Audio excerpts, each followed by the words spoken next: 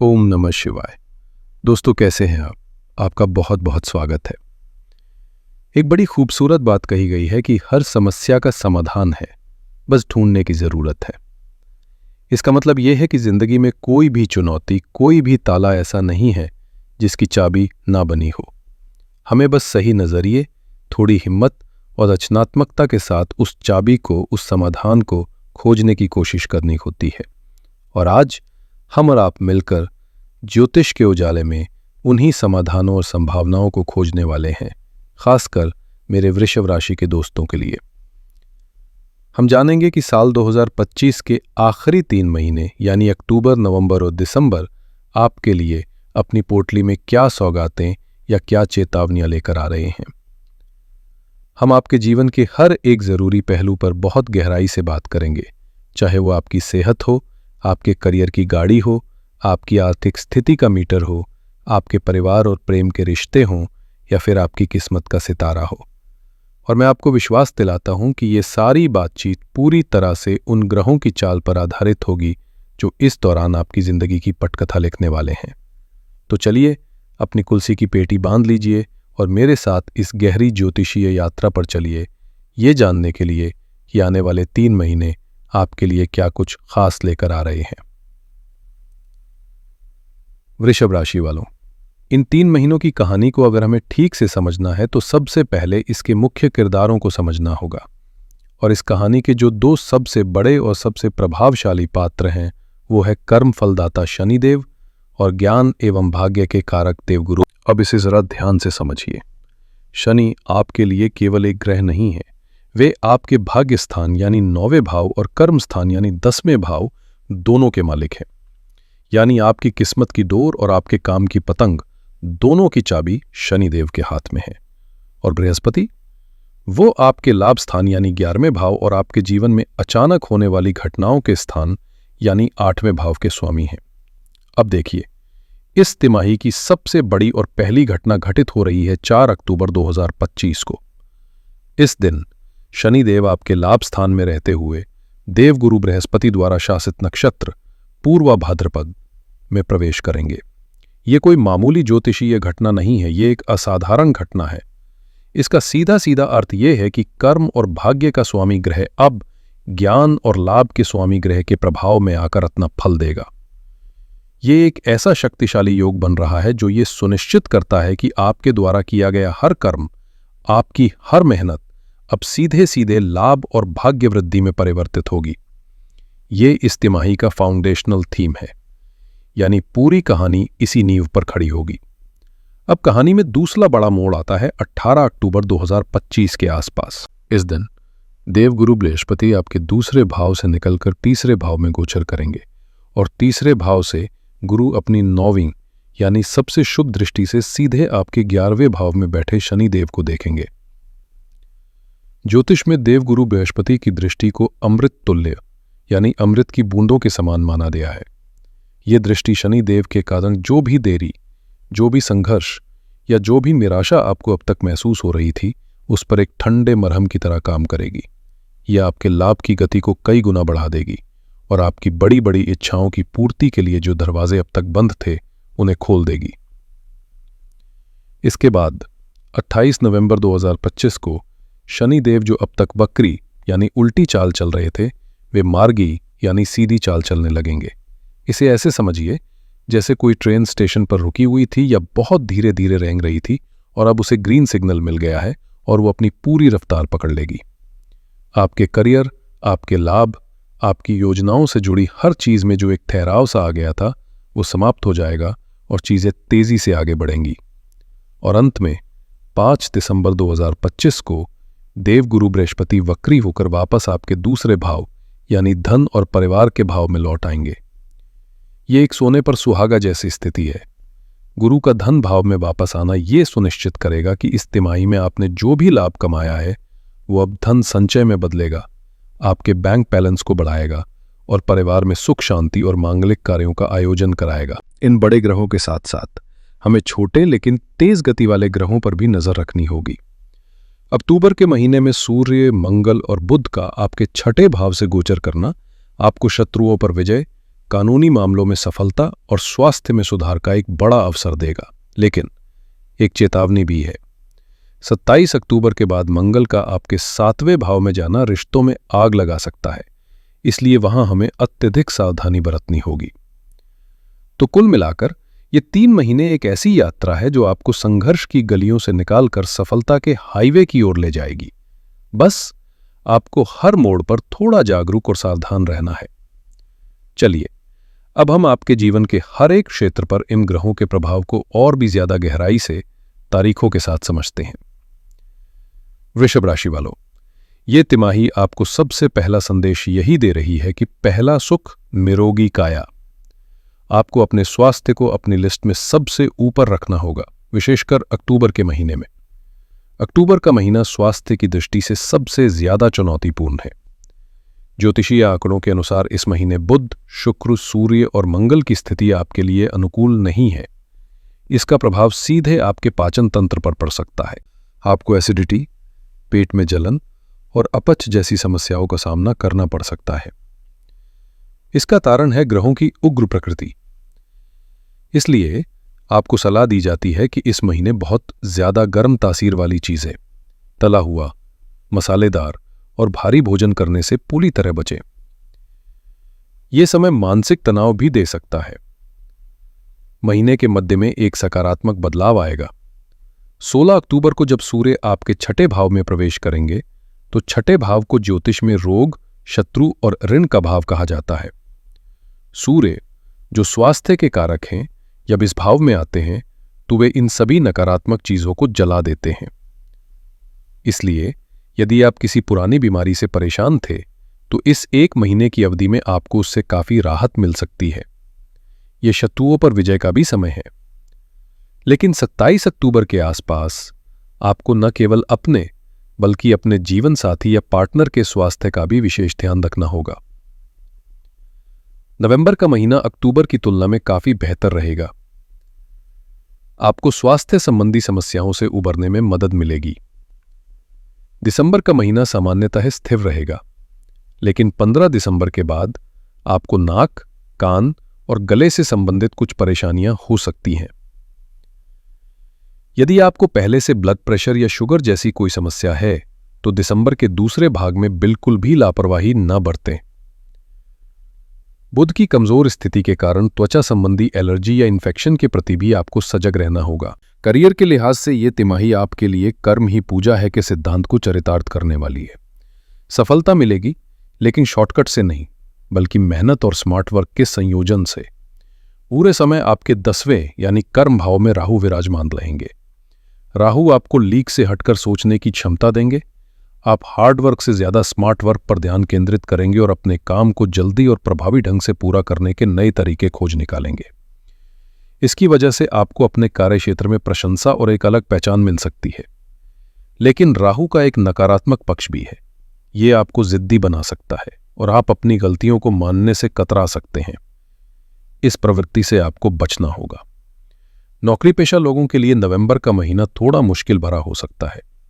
इस दौरान आपके बॉस या वरिष्ठ अधिकारियों के साथ आपके संबंध तनावपूर्ण हो सकते हैं। ऑफिस में आपके प्रतिद्वंद्वी या छिपे हुए शत्रु सक्रिय हो सकते हैं और आपकी प्रतिष्ठा को धूमिल करने का प्रयास कर सकते हैं। इस एक महीने आपको बहुत धैर्य और शांति से काम लेना होगा और किसी भी तरह के विवाद से खुद को दूर रखना होगा। आपके करियर का सबसे सुनहरा दौर 19 अक्टूबर से 3 दिसंबर के बीच आएगा।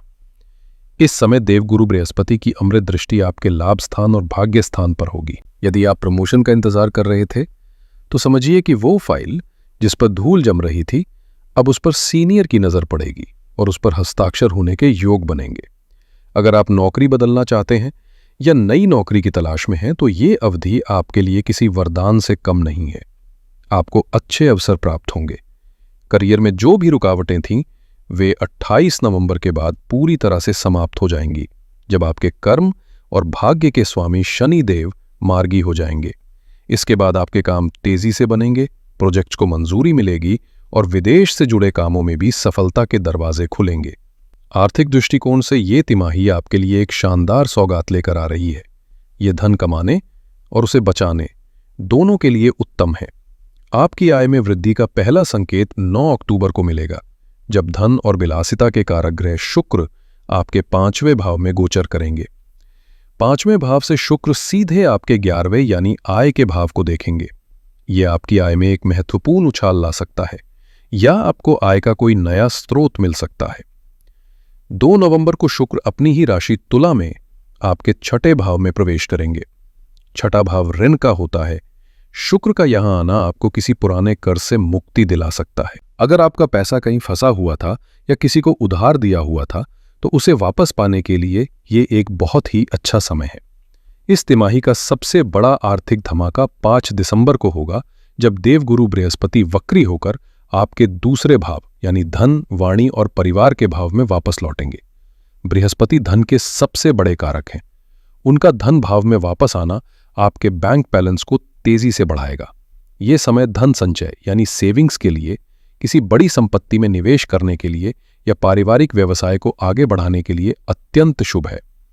इसी समय आपके परिवार में कोई मांगलिक कार्य जैसे विवाह आदि का आयोजन भी हो सकता है और आपकी वाणी में एक ऐसी मिठास और प्रभाव आएगा जिससे आपके काम बनेंगे।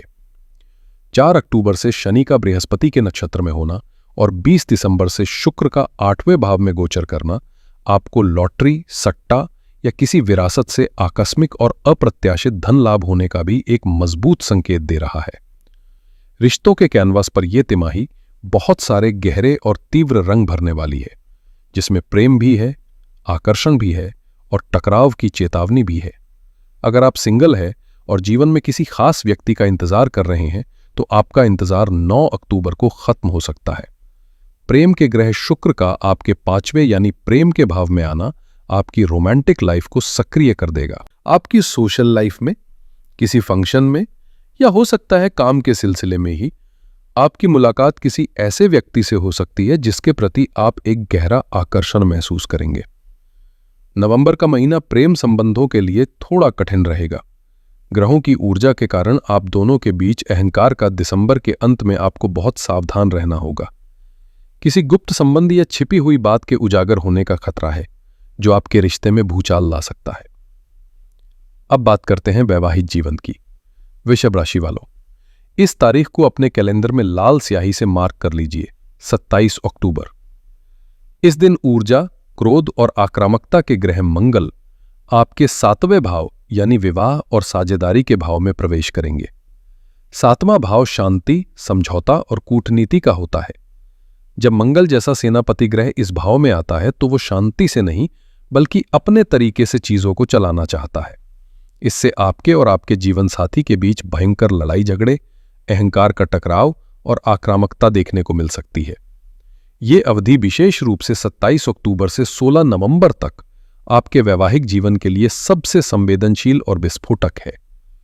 इस समय आपको अपनी वाणी पर और अपने क्रोध पर अधिकतम नियंत्रण रखना होगा और गाड़ी भी बहुत ध्यान से चलानी होगी। अब मैं विशेष रूप से अपनी उन वृषभ राशि की बहनों के लिए बात करना चाहूंगा जो एक गृहिणी है, जो अपने घर की धुरी है और जिनके सुख शांति पर ही पूरे परिवार की नींव टिकी होती है। सबसे पहले आपको ये समझना होगा कि आपके 4थे भाव यानी सुख स्थान में केतु की उपस्थिति है। केतु एक वैराग्य का ग्रह है। ये आपको भौतिक चीजों से, घर गाड़ी से और कभी कभी घरेलू जीवन से भी एक आंतरिक असंतोष या अलगाव की भावना दे सकता है। हो सकता है कि बाहर से सब कुछ ठीक दिखे, लेकिन अंदर ही अंदर आपको लगे कि कुछ कमी है या आपका मन घर के कामों में ना लगे। ये केतु का प्रभाव है, इसलिए इसे लेकर ज्यादा परेशान ना हो।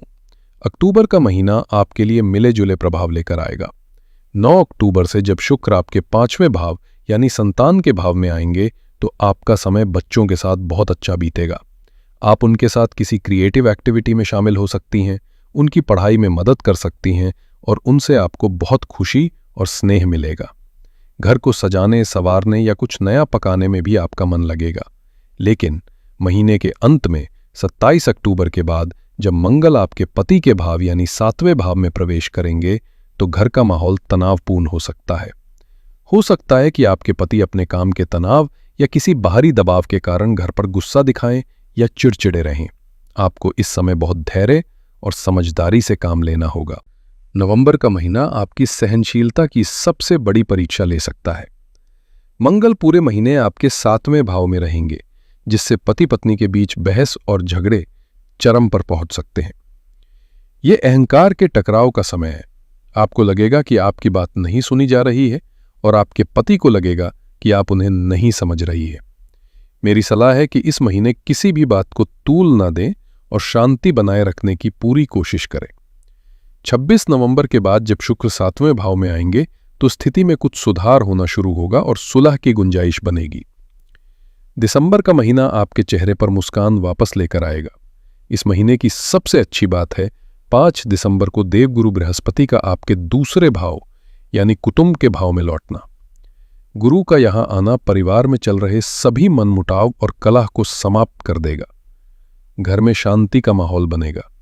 आप परिवार के साथ किसी धार्मिक यात्रा की योजना बना सकती हैं या घर पर कोई पूजा पाठ या मांगलिक कार्यक्रम का आयोजन कर सकती हैं।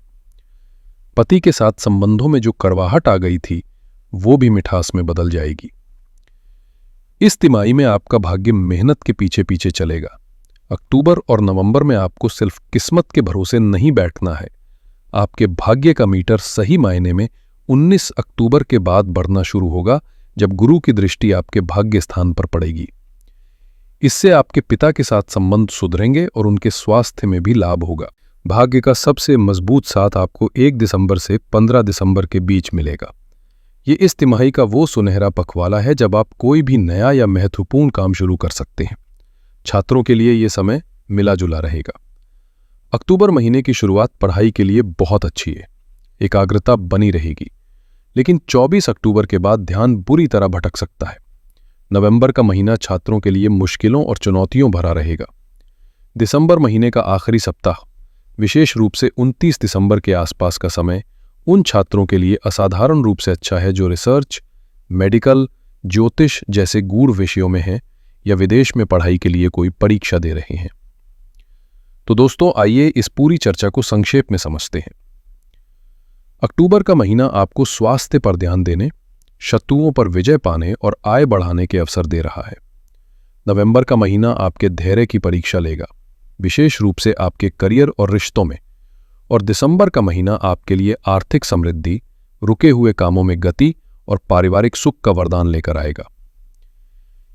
इस पूरी तिमाही की आत्मा शनि और बृहस्पति के उस दिव्य संयोग में छिपी है जो ये सुनिश्चित कर रहा है कि अंततः जीत आपकी ही होगी। कुछ महत्वपूर्ण तिथियां हैं जिन्हें आपको याद रखना है।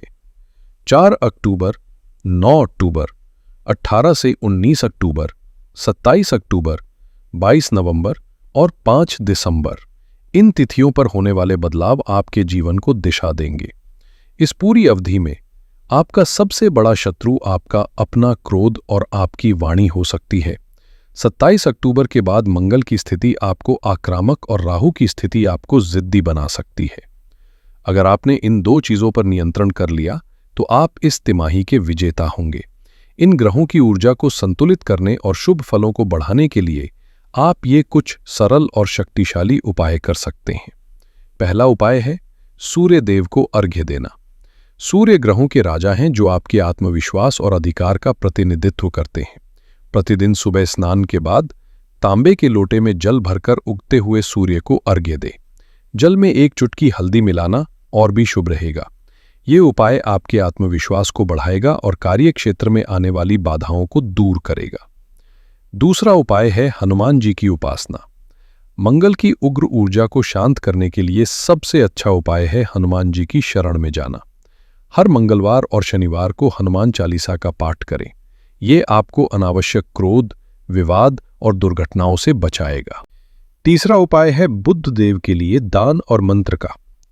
बुध ग्रह आपकी बुद्धि, वाणी और स्वास्थ्य, विशेषकर त्वचा और पेट का कारक है।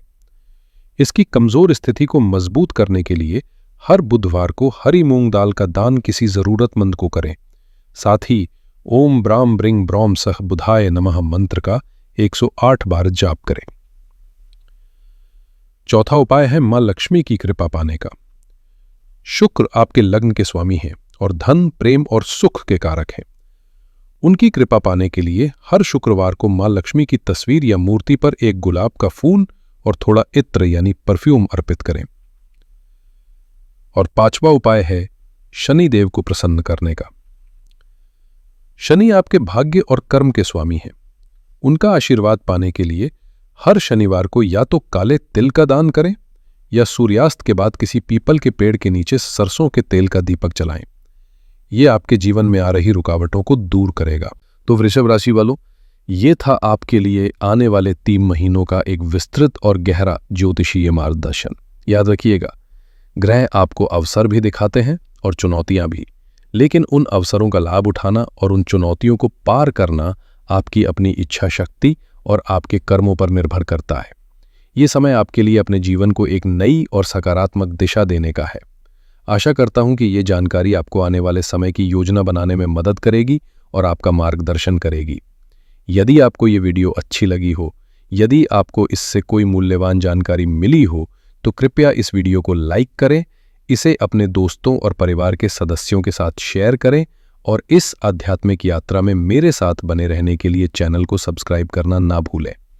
ईश्वर आप सभी पर अपनी कृपा बनाए रखें। आपका आने वाला समय मंगलमय हो। हर हर महादेव।